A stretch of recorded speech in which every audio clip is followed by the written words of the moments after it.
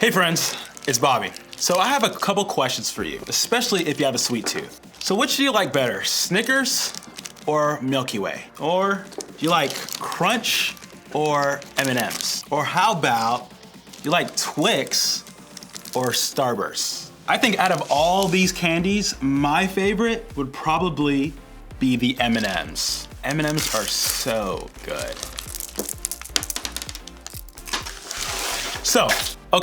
So maybe that stuff isn't that kind of temptation that makes or breaks us. If we choose to give into temptation like eat a little candy or watch a little YouTube or even buy a pair of Nike sneakers, we aren't really doing anything that could have major consequences in the long run. But not all temptations have major consequences. Remember, temptation means wanting to do something that may not be the best for us. So when we're tempted to do things like cheat on a test or fight with our sibling or lie to our best friend or post that rude comment online or even look at inappropriate pictures, we know we're dealing with big stuff that can lead to big consequences. And I don't know about you, but when that happens to me, I find myself wondering what it is that makes me want to do those things I'm not supposed to do. What is it that makes me really want to do something I know isn't good for me? I mean, doesn't that seem odd when you think about it? Usually I avoid what's not good for me. I know it's not good for me to break my leg, so I avoid downhill skiing.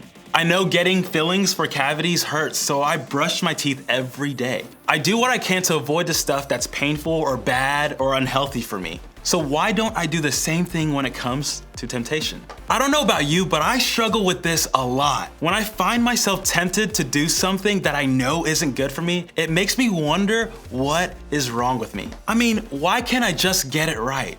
If I know what's good for me, why don't I just do it? Is it just me? When it comes to this whole facing temptation thing, is something wrong with me? Maybe you felt the same way. When you found yourself tempted to do something you know isn't good for you, maybe you've wondered, am I bad if I want to do it? Am I bad if I'm already doing it? Am I bad if I'm not getting in trouble for it? Am I bad for thinking about it even if I don't choose to do it? Is something wrong with me? See, I think that one of our biggest struggles when it comes to temptation isn't always about whether or not we give in. It's not always about the choices we make or don't make. Sometimes the hardest things about dealing with temptation is how it makes us feel about ourselves. I mean, are we bad? Are we wrong? Are we the only ones who struggle with this? And can I let you in on a secret? The answer to the struggle that you might be facing when it comes to temptation can be found by looking at Jesus himself. Like, did you know that Jesus dealt with temptation? Crazy, right? Like the one that died for our sins. Like the one that never, and I mean never made a mistake or misstep. The one who is the Son of God himself. Even he dealt with temptation. I don't know about you, but just knowing that makes me feel better. See, just before Jesus started traveling and teaching about God while he was here on earth, he went to the desert to pray and fast and prepare for what was to come. That might seem weird to us, but for Jesus, it was completely normal. He wanted to spend his days talking to his Father and away from any distractions, including food. I mean, Jesus was basically a superhero. But right at the end, on day 40, the temptations started. I mean, have you noticed that temptation finds us in a similar way? It usually comes when we're not our best selves. Like when we're super tired or really lonely or when we're like fed up with life, that's when temptation shows up and it's hardest to resist. That happened with Jesus too. Now, it's true that Jesus wasn't tempted to steal a cool pair of jeans or to go too far with someone he's dating or to stay up all night and play video games like we might be, but he was tempted over and over again. And when he was tired, lonely, hot, and hungry, Jesus faced the temptation to give into what wasn't his Father's best for him. And while we ultimately know that he didn't give into those things he was tempted with, we also know this, that Jesus understands temptation. We see this in the book of the Bible called Hebrews. Hebrews is in the New Testament, the part of the Bible that was written about Jesus and the start of the Christian church. In the world at the time this was written, there was a lot of temptation to turn away from God and enjoy what looked like an easier life. So, in an effort to help them out, the writer of Hebrews wrote them a letter. Did the letter say that these were bad people because they faced temptation? Did it say that they weren't being faithful followers of Jesus? I mean, did it say that they were wrong? Let's take a look. For we do not have a high priest who is unable to empathize with our weaknesses, but we have one who has been tempted in every way, just as we are. Yet he did not sin.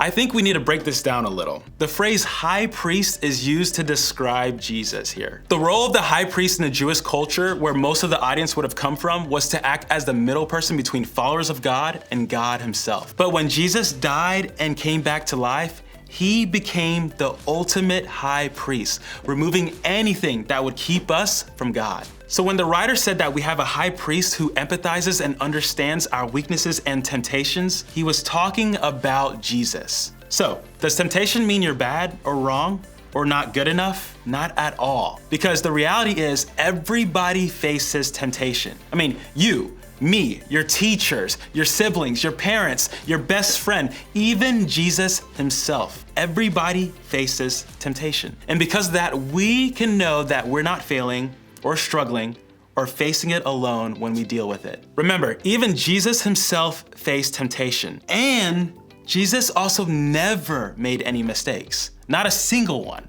So what does that tell us? It tells us that facing temptation isn't wrong. It's not the desire to do something that's wrong. It's what you choose to do with that desire that can lead you down the wrong path. The last part of the verse reminds us that when he was faced with temptation, Jesus made the choice to resist. He didn't let it lead him into making a bad decision. And the same can be true for us. Temptation doesn't have to lead into sin. And I think one of the things that can help us choose not to give in and move toward a mistake is remembering that in facing temptation, we're not alone. We can remember that in Jesus, we find somebody who gets it. Remember, everybody faces temptation. And because we know that's true, here are a few things we can do the next time we find ourselves struggling with temptation. First, remember what's true about you. Bad choices don't make us bad people. One mistake doesn't mean you've messed up for good. The desire to do something we know we shouldn't doesn't make us anything other than human. So when we find ourselves facing temptation, we need to remember what's true. We are God's good creation. We are loved and known and understood by him. And there's nothing we can do that will change anything about what he says is true about us. Second, invite Jesus into it. Remember, Jesus understands what we're feeling when we face temptation. He gets it, and because of that, he can help us stand firm when we're facing it. If you're dealing with temptation to do something you know isn't good for you, invite Jesus into it. Ask for his help. Pray that he will remind you that he not only loves you, but he understands you. Last, invite someone else into it. Since everybody, and I mean everybody, faces temptation, that means there are friends, trusted adults, and other people in your life who also know what you're going through. Because of that, you don't have to face temptation alone. Tell a trusted friend or an adult, like a group leader, about it. Invite them to encourage, support, and walk with you as you work to choose God's best for your life. That's why we do groups. Your leaders and friends in your group can be so helpful in navigating this stuff with you. Remember, everybody faces temptation, and that means you can face it together.